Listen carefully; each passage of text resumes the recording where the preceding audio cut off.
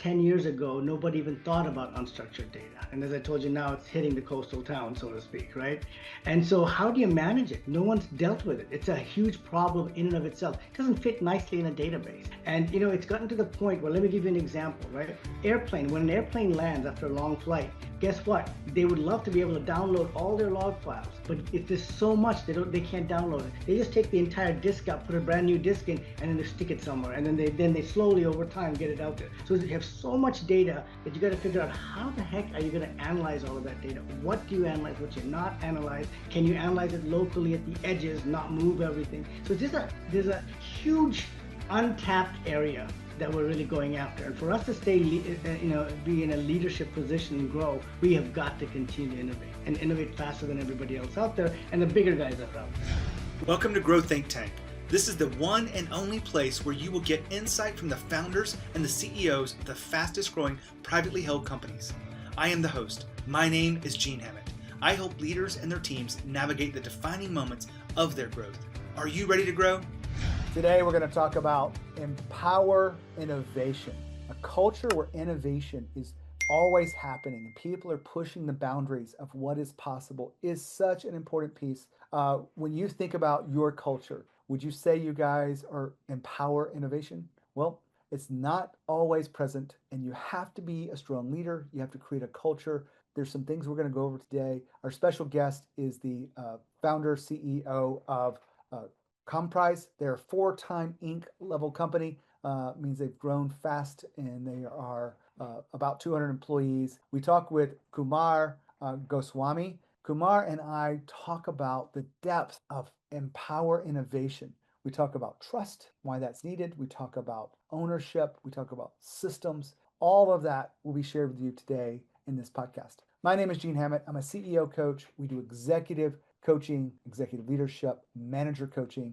We do leadership development. It sounds like a lot of things, but what we really help you do is take the people in your team, whether that be you or someone else, and if they are currently an MVP, their most valuable player, we help them become the leaders to create more MVPs. That is a real scalable element inside your company growth. Now, if your company is facing some tough challenges and whatnot, you want to make sure you have the right leadership installed. And maybe if you're not getting where you want to, your feedback is, I'm just not sure about what's missing, I'm going to invite you to a special free workshop that we do. If you want to figure out how to shift your leadership, stop being the bottleneck of your growth, and create a scalable company that runs without you, all you have to do is go to training.coreelevation.com. That is a place where you can register for a free, like a 90-minute workshop where you get insight, you get real process and tools and examples.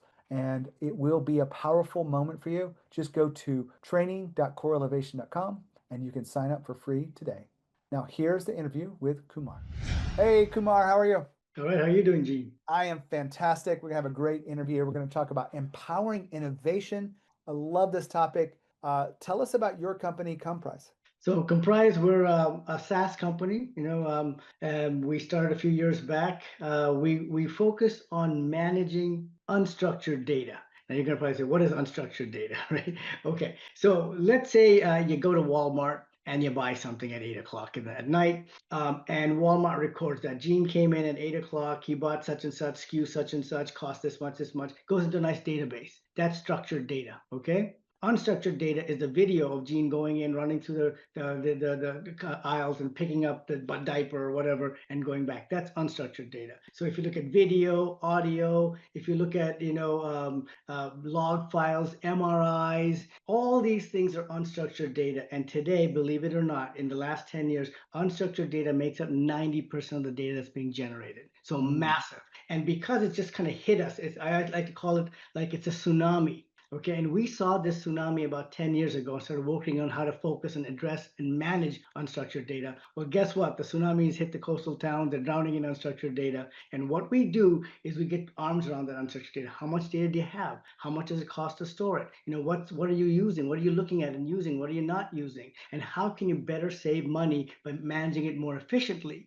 And looking inside of it to find out what's in there to make sure that you can feed the right kind of data to AI. So you can leverage AI with your unstructured data. And unstructured data and AI go hand in hand. So it's a great place to be. That's kind of what we focus on. Hopefully that gives you a sense of Komprise and what we do. It does. I want to ask a follow-up question here because I'm fascinated by data. I mean, I don't know why I love data. I think it's sexy. Me too, so But AI is coming in like just an incredible force. I don't think it's going to go away. I really think it's going to be here to stay and it's going to get better and better and better.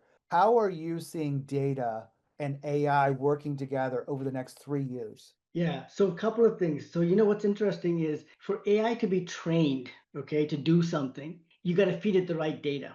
Okay, you feed it the wrong data, the dang thing hallucinates and tells you the wrong stuff, right? Then after that, once you've trained it, you're going to feed it all sorts of data. And it's going to give you all kinds of responses and answers, right? So the thing is, how do you make sure you get the right data to AI so that you can properly train it? That's number one. And the other part is now that you've got it, these models aren't cheap. They take time to compute and so forth. So you can't feed your everything into that thing. You got to find the right data and feed the right stuff to AI. Okay, Yeah. so that's not cost prohibitive, so that you get answers in a reasonable time. So we are sort of like the AI infrastructure. Think of it that way. We get you the right data. We curate the data and get the right data to you so that you can train it properly so it doesn't hallucinate. Once you've got it trained, we figure out what it is that you want to do and get that same right data into that model so you get the right answer. That's kind of how we play with AI. Does that make sense? It does make sense, and I'm really glad that you understand it and explain it to a layman because I'm not a technical person. I did work for PricewaterhouseCoopers many years ago because I saw technology, and it was at that moment when the internet was coming out, Yeah. 95, 96. I will tell you, they put me on Y2K programs, not.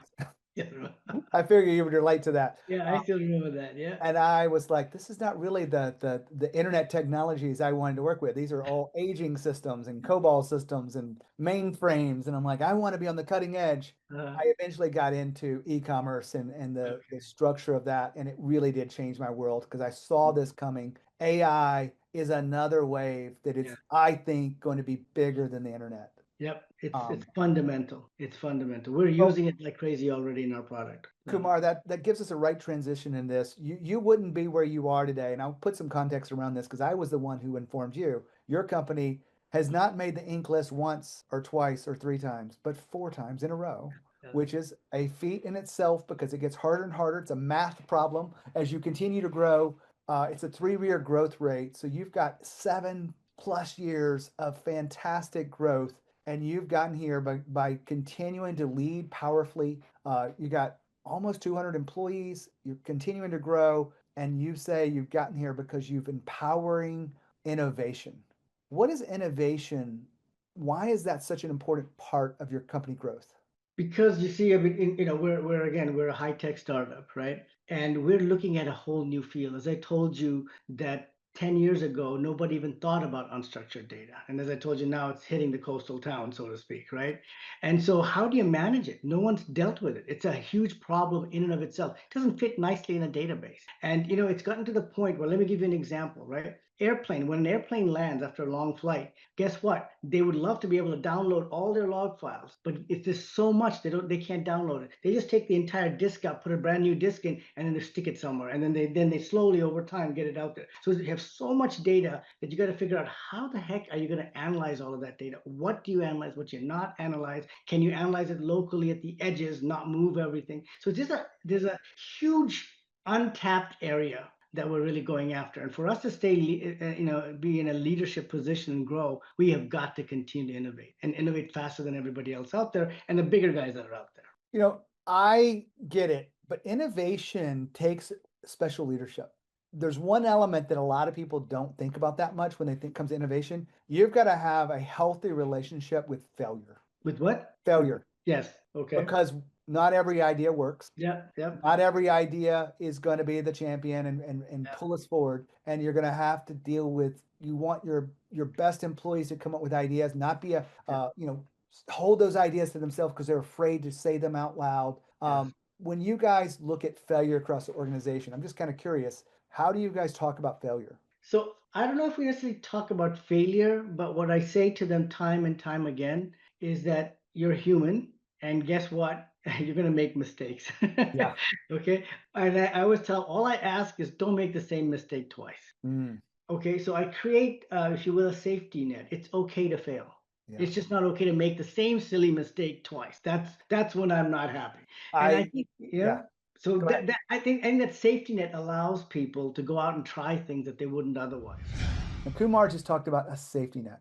You really want to create a sense of psychological safety. That's where people are willing to speak up, to share their ideas without judgment. And if you don't have that, people aren't sharing their ideas, then they probably don't feel safe. And that comes back to your leadership and your culture. You want to make sure that people are sharing those ideas, even if they're quote unquote not the best ideas, because we share the bad ideas to get to the good ones. We learn to process things. We it's like, okay, that we can take ideas. When you create that safety net or psychological safety as a leader, people are constantly giving you ideas to improve. Now, I know that you might be thinking that's too much, but most people don't have the courage and the confidence to have a voice to share those ideas. And if you're the only one putting in ideas, you are the bottleneck of your company, and you need to come to our workshop. Just go to training@corelevation.com, or training.corelevation.com is the right URL behind that. But I really would love for you to be there. But otherwise, create a sense of psychological safety, and you can empower innovation in your culture. Back to Kumar. I think a lot of leaders would say this, but they don't actually live it. Right? They'll go, oh yeah, we're okay with that. But the companies that truly get it are the ones that innovating, that are grasping something new that might not work out. It takes time. It took time to develop all the tools that you have, and it was through a series of people having the courage to make those decisions. How do you lead people that are afraid to make those mistakes? I would say that there are some people, I would say, I don't know if I put it as afraid to make mistakes, but they like to stay in their comfort zone. Ah, that's good. Right?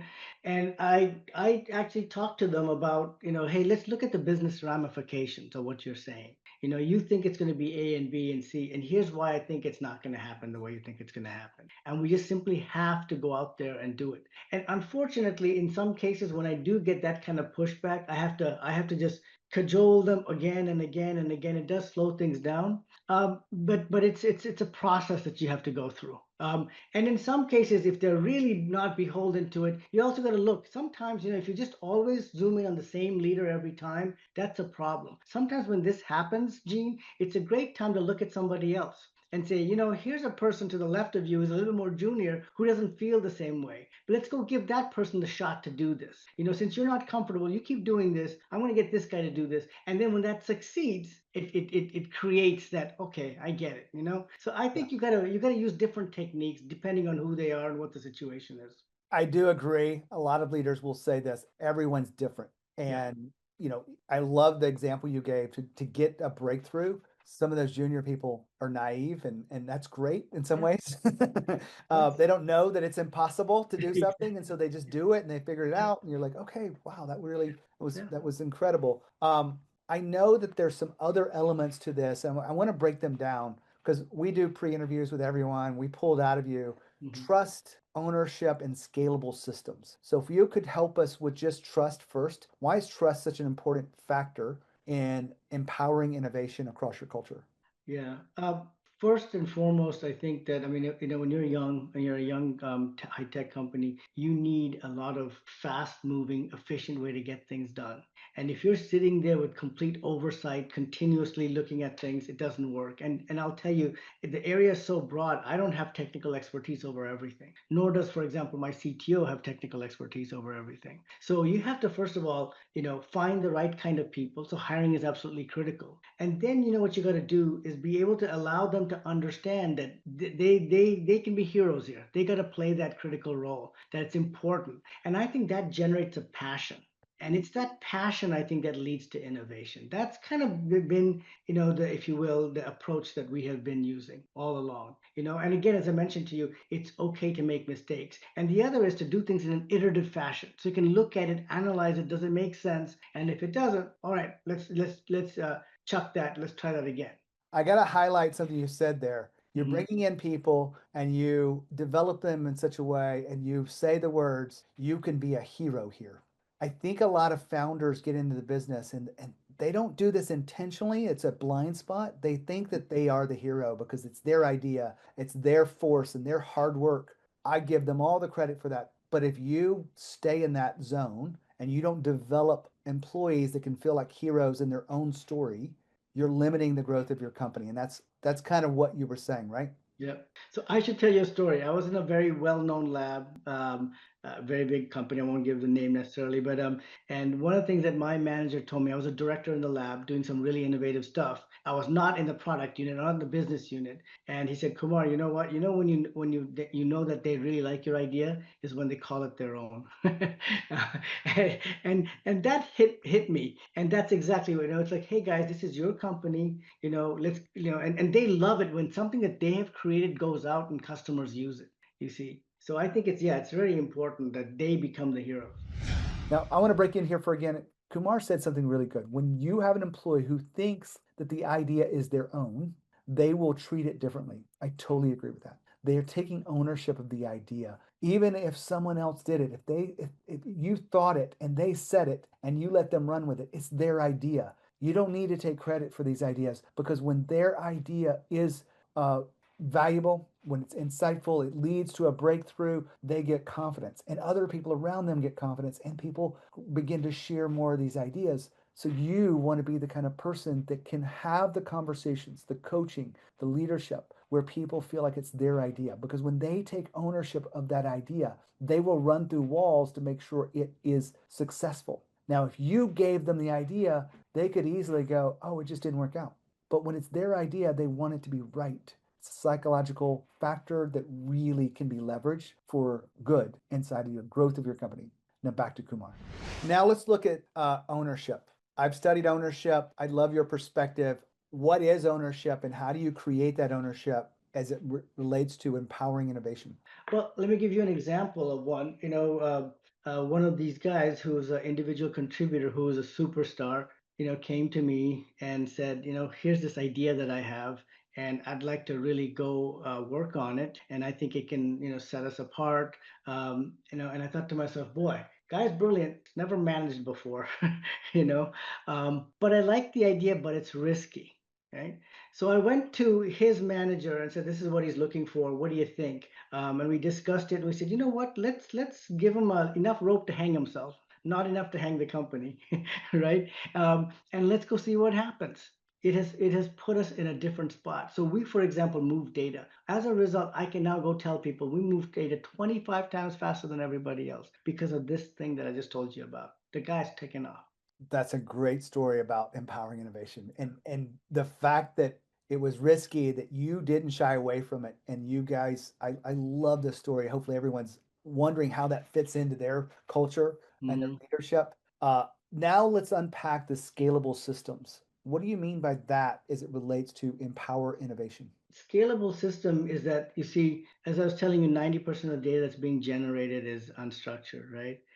We're talking about not, millions of files, but billions of files. So let me give you an example. I was actually at a podium talking to a bunch of press, and I was telling them about how, we work with millions and millions of data items and millions of files. And my CTO walks up to me and whispers in my ear, and I go back to the press guy, "Sorry guys, I meant billions."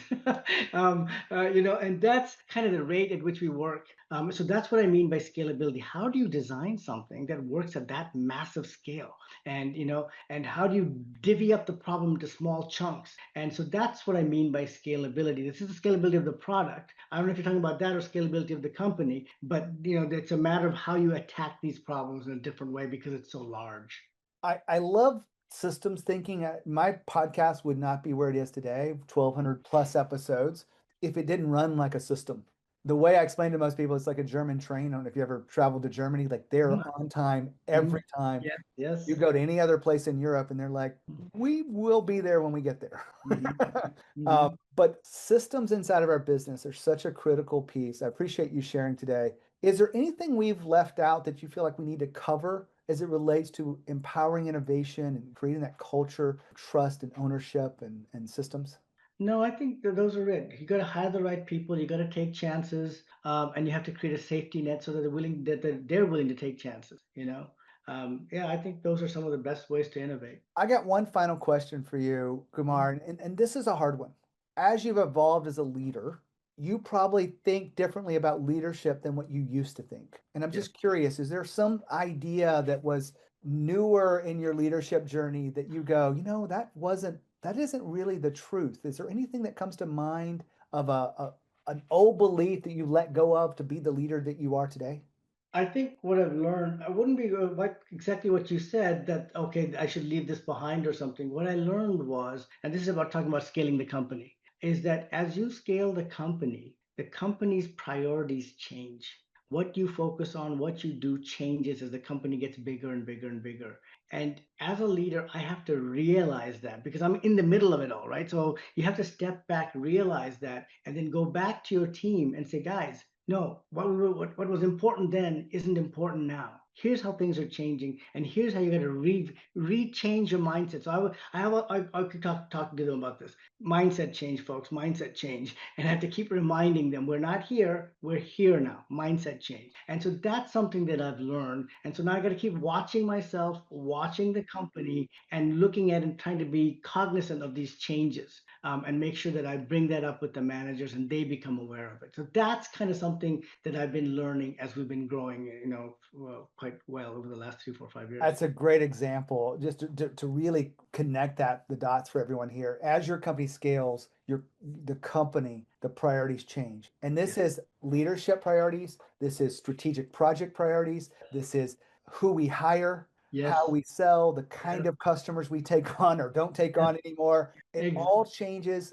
And I would add to this, it's best to be adaptable up front than to fight these things because change is constant. AI is coming for a lot of companies. I'm glad to see you guys embracing it, empowering innovation. Kumar, thank you for being here today. I really appreciate your insight. Sure. Thank you. Thank you very much, Gene.